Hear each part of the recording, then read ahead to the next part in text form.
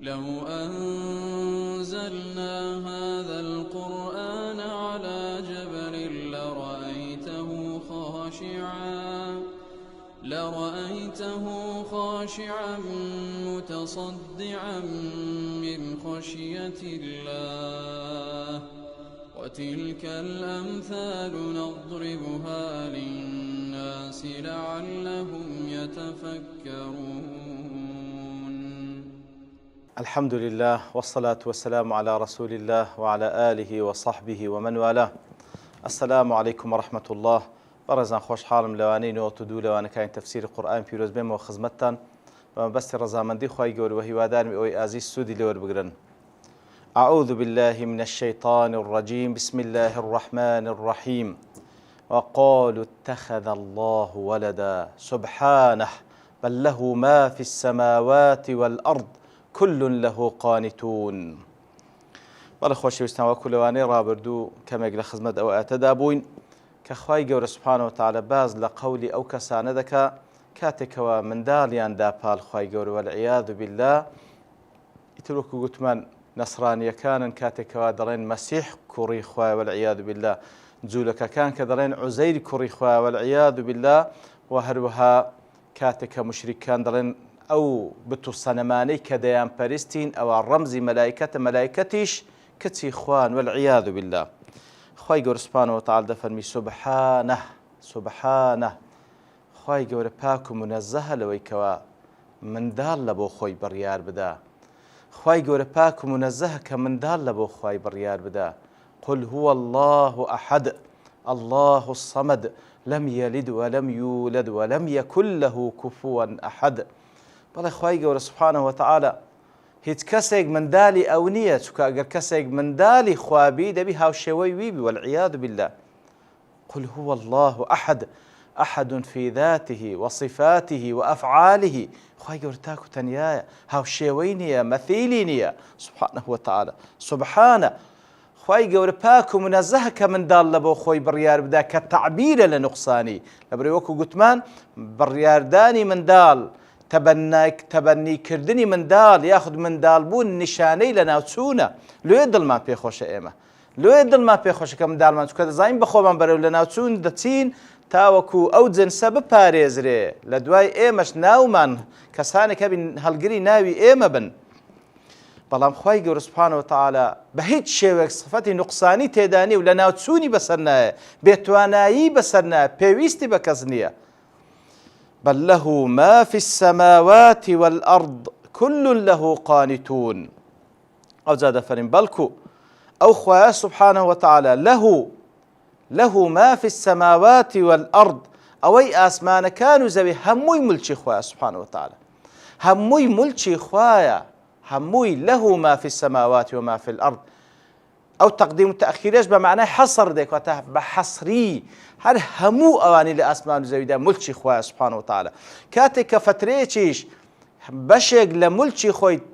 تسليم فلانة بنده فلانة بنده إذا كان لبو تاخكنا واختباره هر كاتك بيولي وردقري توا همو ملشي آسمان كانوا زوي ملشي خواه تسبي ويستي بولده سبحانه وتعالى. له ما في السماوات والأرض كواتل يرد كذا فرمي ما موصولة كواتا أوي لأسمان كانوا لزويدا لا عاقل وغير عاقل هر هموي ملشي خواه. لازمني وانش همو بنده كان ملشي خوان، لازمني أو بندانش همو بيغمبرانش ملشي خوانه وكو باقي مخلوقات ديكا. خواهي قول سبحانه وتعالى أنا ملشي أون نكوري أون والعياذ بالله، بيغمبرانش ملشي أون مخلوقات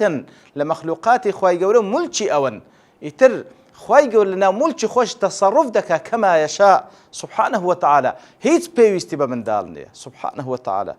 کەواتەوە گوتمان بەڕاستی بڕیاردانی منداڵ نیشانەی بێتوانایی و نیشانەی لە ناوچوونە، نیشانەی نوقسانیە. خوای گەورە پاک و منەزەهە لە هەموو نوقسانیەک سبحانه وتعالى. ئەوەی ئاسمانەکان و زەویە مولکەن وخەڵقەن وتەدبیرەن، هەموو مولک ئیویە بەخۆی خەڵقی کرد، بەخۆشی بەڕێوەی دەبا، پێویستی بە منداڵ نییە. كل له قانتون، هر هموي كل هر هموي أوي لأسمان كانوا زويها هر هموي قانت لبو خواي قولي واتا هر هموي ملكتا، هر هموي ملكتا، هر هموي مطيعة طوعا أو كرها. طوعا أو كرها كواتا هر همان دەزانین ئەو مولکە هەمووی ئینس و جینی لێ دەربینە هەر هەمووی مسەخەرە لە ژێر دەسەڵاتی خوای گەورە سوبحانەهو وتەعالە هەر شتێکی بێ خوای گەورە سوبحانەهو وتەعالە فەرمانی پێ دەکات ئینس و جین اختیاری دایتە دەستیان بەڵام ئینس و جینیش لەلایەنێک لە لایەنەکانی ژیانیان ئەوانیش مسەخەرن بە مسلمان و کافرەوە ئەوانیش مسەخەرن لە ژێر دەسەڵاتی خوای گەورە سوبحانەهو وتەعالە مسلمان بیان کافر بی ئەو کاتە دەژیە کە خوا دەیەوێ مسلمان بیان کافر بی قازانج دەکا و زەرەر دەکا وەکو خوا بڕیاری لەسەرە مسلمان بیان کافر بی نەخۆش دەبی ساغ دەبی وەکو خوا دەیەوێ مسلمان بیان کافر بی لەو لەحزەیەی دەمری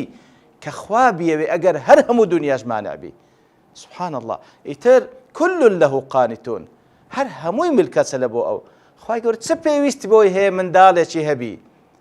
ئاخر یەک لە پێداویستەکانی ئەوەی کەوا کەسێک پێی خۆش بە منداڵی هەبی لە بۆی کەوا منداڵەکانی با بڵێن لە ژێر سەمع و تاعاوی بن ملکەت بن لە بۆی ئەوەی ئەو پێ ئەندەڵێ جێبەجێ بکەن ئەوە یەکە لە پێداویستەکانی منداڵ یعنی کە حەزت لە منداڵ بی لە بۆی کەوا منداڵانێکت هەبی بەو شێوەی پەروەردە بکەیت کە بە خۆت دەتەوێ جۆڕایەلی فەرمانەکانی تو بن دەیخوا سوبحانەهو وتەعالە ئەو پێویستیشی نییە لەبەرەوەی هەر هەموو ئەوانەی کە لە ئاسمانەکان و زەویدان هەر هەمووی قانیتن لە بۆ خوای گەورە سوبحانەهو وتەعالە شاء ئەم ئەبەو پێیان خۆش بیان پێیان ناخۆش بێ مسلمان بیان کافر هەر هەمووی لە ژێر دەسەڵاتی خوای گەورە هەر هەمووشی ملکەچە چ پێویستی بە منداڵ هەیە بديع السماوات والأرض دیسان تەفسیلی پێددا بديع السماوات والأرض ئەو خوای کە ئاسمانەکان و زەوی خەڵق کردیە بە چ شێوەیە خەڵقی کردیە من غەیری مثال سابق بەبێ ئەوەی کەوا پێشترێ هاوشێوەی هەبوو بی و تەقلیدی کردبتەوە لەسەری ئەبەدەن خوای گەورە ئیبداع دەکا لە خەڵقەکەی سوبحانەهو وتەعالە خوای گەورە چاو لە کەسانێک کە ناکاتەوە ئەسڵەن لە پێش ئەوەی خوای گەورە ئارد و ئاسمانەکان خەڵق بکە ئارد و ئاسمانی دیکەنە بۆ تاوەکو چاوی لێ بکاتەوە بەڵکو ئیبداعی کردە بەدیعە خوای گەورە سوبحانەهو وتەعالە ئیبداع با بڵێن ئەوەی کەوا شتێک لە نوێوە بینیە پێشکەوە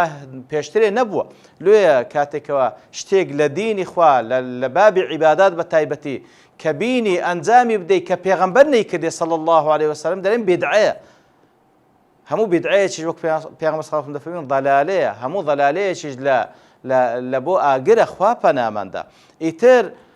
خەڵقی خوای گەورە هەمووی ئیبداعە سوبحانەهو وتەعالە بدیع السماوات والأرض ئەو خوای عەظیمە پێویستی بەوەی نییە کەوا منداڵی هەبی سوبحانەهو وتەعالە عارد و ئاسمانەکانی خەڵق کرد من غەیری مثال سابق بديع السماوات والأرض وإذا قضى أمرا فإنما يقول له كن فيكون وهروها أو ذات عظيمة كوا خالق عارد آسمان كان ببيع أو كوا هاوشوي هبو ببيشتري كاتي كوا قضى أمرا بڕیاری دا لەسەر هەر کارێک و هەر فەرمانێک و هەر بابەتێک کە بێوێ ئیذا قەضا ئەمڕەن هەر فەرمانێک کە ئەو بێوێ قەزای بکە بەس ئەو هەندەیە فەئینەما کەواتە خوای گەورە هەر فەرمانێک ئەوزە کچکە بی یان گەورە بی هەر ئیشێک کە بێوێ لەو بوونەوەرەدا بەڕێوە بچی هەر ئەو هەندەیە تەنها ئەو هەندەیە يقول له كن فيكون تەنها ئەوەندەی پێ تەنها خوای گەورە ئەوەندە ئەنجام دەکەوە پێی دەفەرمی کون ببە فەیەکون وەکو زانایان دەفەرمون ئەوە خوای گەورە بەو شێوەیە لێمان تعبیر دەکا تاوەکو ئێمە تێ بگەین فەرمانی خوای گەورە ئەوەی کەوا ویستی لەسەربی بین الکاف والنون کون ببە تەنها ئەوەندە پێویستە کە خوای گەورە پێی بفەرمی فڵانەشت ببە ئەو جا حەز دەکەی دروستبوونی ئاسمانەکان بی دروستبوونی زەوی بی دنیا تێکچوون بی دنیا ئاوەدانکردنەوە بی ڕزق بی مەنع بی عەطا بی زەلیلکردن بی عەزیزکردن بی فإنما يقول له كن فيكون سبحان الله لەو عەزەمەتەی لەو دەسەڵاتەی چ پێویستی بە منداڵ هەیە چ پێویستی بە منداڵ هەیە هەر ئەو هەندێک وجەوە کوزانان دەفەرمون ئەوە لە نووسین و لە خوێندنەوەش کون فەیەکون فاسیلەشی لە نێوان هەیە بەڵام بە فعلی لە سەرویستی خوای گەورە ئەو فاسیلەیەش نییە ئەوەی کە بیەوێ هەر لەگەڵ کە دەفەرمی کون یەکسەر دەبی سبحانەهو وتەعالە کەواتە ئەو خوایە پێویست بە منداڵ نییە أنا يكون له ولد ولم تكن له صاحبة وكل سورة الأنعام جدا فرمي خواهی گەورە سبحانه وتعالى کو منداڵی دەبی لە کاتێکدا کە هاوسەری نییە خواهی گەورە تاک و تەنیایە سبحانه وتعالى کەواتە زۆر مهمە بەڕاستی ژیان لەگەڵ ئەسما و صفاتەکانی خواهی گەورە ئێمە بەندەی ئەڵڵاینە ئەو ئەڵڵای سبحانه وتعالى ئەوەی کە بیەوێ بین الکاف والنونە ئەو سیقەیە زۆر خۆشە بە خواهی گەورە هەدبی ئەو سیقە و ئەو متمانە و ئەو یەقینەت هەبی بەرامبەر بە خواهی گەورە ئەتوو بەندەی خوایە چی کەوا دەسەڵاتی وای هەیە بەرامبەر بە هەموو شتێک تەنها پێی دەفەرمی کون یەکسەر دەبی سبحانه وتعالى وقال الذين لا يعلمون لولا يكلمنا الله أو تأتينا آية دەفەرمی ئەوانەی کەوا نازانن دیسان اقتراح دەکەن وڵا ئیمان بە پێغەمبەر ناینی صلى الله عليه وسلم هەتا وەکو يكلمنا الله خوا سبحانه وتعالى كلاممان بذات خوي كلاممان لقل بفرمي أو تأتينا آية يعني آيات بلقيك مان لبو بنيري كواتا بذات خوي قسمان لقلبك سبحانه وتعالى الشاهدي بداك محمد رسول الله صلى الله عليه وسلم وياخذ أو تأتينا آية بلقو معجزيك مان لو بنيري بلقبي لسر پیغمبراتي محمد المصطفى صلى الله عليه وسلم وكأنما هيز معجزة يقنية وكأنما هيز بلغة يقنية والعياذ بالله بلام كاتك وشمشم كورا روج نابيني خلال لتاويتي نوك خلال لوي بك وروج نبي يتل سرت هذا وقال الذين لا يعلمون شين أو كسان لا يعلمون ديارة هندك دم فسرين دفن لا يعلمون واتو كسان كوا مشركا أهلي هيز دين يقنين بەڵام زۆرێک لە زانان دەفەرمونون نەخێر لێرەدا باسی جوولەکە و دیانیشە هەر کەسێک هاوشێوەی ئەوان بی ئەو جوولەکە و دیانانەی کە ئەو قسەی دەکەن ئەوانە وەکو ئەو کەسانە کەوا هیچ علمیان نییە کەواتە ئەوە نابی قسەی ئەوان بی بەڵام کە ئەو قسەیە دەکەن کەواتە تەزەڕوت دەکەن لە هەموو علمێک ئەو قسەیە دەکەن ئەگەر نابی ئەو بێئەدەبیەی بکەن ئەسڵ نابی ئەو بێئەدەبیەی بکەن کەوا داوا بکەن خوا قسەیان لەگەڵ بکەن خوای گەورە سوبحانەهو وتعالە تەنها لەگەڵ پێغەمبەران کەلام دەفەرمی ئەوش لەگەڵ هەمویان مباشر نەیفەرمووە تەنها موسى عليه الصلاة والسلام وەروە پێغەمبەری خۆمان صلى الله عليه وسلم و ئادەمیش عليه الصلاة والسلام نبي مكلم ئەوە کەیان دیکە تەنها خوای گەورە بە ڕەسوول و نێردرا و خوای گەورە وحیان لۆ ناردیە کو جورئەت دەکەی بڵێ خوا قسەم لەگەڵ بکە ئاخە تو چی لۆ قەدری خۆت نازانی و هەروەها هاتنی ئاەت و بەڵگە و معجزەش لە بۆ پێغەمبەرانە عليهم الصلاة والسلام خۆت پێغەمبەر نی داوا دەکەی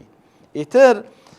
لە هەمان کاتیدا بەڕاست تەعنەیە لەو هەموو بەڵگە و معجزاتەی پێغەمبەر صلی الله عليه وسلم وەکەئەنەما ئەو پێی بەڵگە نییە ئیتر کەسێک ئەو هەموو بەڵگەی پێ بەڵگە نەبی ئەو قورئانە عەظیمەی پێ معجزە نەبی دەی باشە وەکو خوای گەورە لە سوورەتی الحجردا دەفەرمی ولو فتحنا عليهم بابا من السماء فظلوا فيه يعرجون لقالوا إنما سكرت أبصارنا بل نحن قوم مسحورون ئەگەر بێت لە ئاسمانیشدا دەرگایان لێ بکەینەوە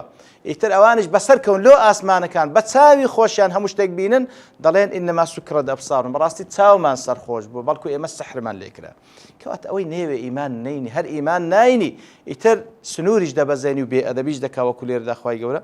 باسییان دەکا ئیتر دەفەرمی كذلك قال الذين من قبلهم مثل قولهم بەڵێ کاتێک ئەوانە کە ئەو قسەی دەکەن ئەوانەی پێشیوانیش واتەوانە یەکەم کەس نینە و قسەی دەکەن بەرامبەر بە تو یا رسول الله صلى الله عليه وسلم وەکو دڵنەوایی لە بە پێغەمبەر صلى الله عليه وسلم بەڵکو پێشیوانیش کەسانێک بەرامبەر بە پێغەمبەرانێ وایان گوتیە وەکو ئەوان قسەیان کردێ وەکو ئەوان ئیختراحاتیان کردێ ئەوجا خوای گەورە دەفەرمێ تەشابەهەت قولوبهم دڵەکانیان وەکو یەکە لێ قسەکانیان وەکو یەکە ئەگەر نا خۆ یەکتریان نەدیتیە ئەوانە لەگەڵ پێشینی خۆیان لەگەڵ ئەو کافرانی پێشە خۆیان بەڵام کو قسەی وان دەکەنەوە خوای گەورە دەفەرمێ تەشابەهەت قولوبهم دڵەکانیان وەکو یەکە لێ قسە وەکو یەکە لێ کاتێکەوە قسەیەک دەکەی فلانە کەسیش دەروەڵامیش بەتەمای ئەو قسەمیانمش ئەو هەم گوتیە لەبەرەوەی دڵەکانتان وەکو یەکە ئیتر کەسێکەوە قسەیەک دەکاکەوە کافرانی پێشتری ویان گوتیە دڵەکانیان یەکە لێ قسەکانش وەکو یەکە قد بينا الآيات لقوم يوقنون أجا خواهي قد فرمي إما بهندي آيات وبالجمان بيان كردية لبو كساني كوا يقينيا بحق هبي بدواي حق دا بقرين ببلغو دليل إما بياني حق ما كردية بلام چه استفاده لي دكات چه او حق دا بيني توا چه بەو بەڵگانە دڵی ئاو دەخواتەوە ئەوانەی کەوا یەقینیان هەیە ئەوانەی کەوا فعلەن بە دوای حەقدا دەگەڕێن ئەوانەی کەوا یەقینیان بە حەق هەیە و بە دوای گومڕایی و بە دوای هەوا و ئارزوو ناگەڕێن ئەو ئاتانەی کە هاتیە لەسەر صدق و ڕازگویەتی پێغەمبەر صلی الله علیه وسلم کافیە لە بۆی کەوا هەموو کەسێک بگەینتە قەناعەت کە محەممەد صلی الله عليه وسلم خاتەمی ئەنبیا و مرسەلینە ئەو پێغەمبەرەیەکەوە لە کتێبەکانی پێشترێ خوای گەورە مژدەی پێدا بوو. وصلى الله وسلم على نبينا محمد وعلى آله وصحبه أجمعين وآخر دعوانا أن الحمد لله رب العالمين. لو أنزلنا هذا القرآن على جبل لرأيته خاشعا متصدعا من خشية الله وتلك الأمثال نضربها للناس لعلهم يتفكرون.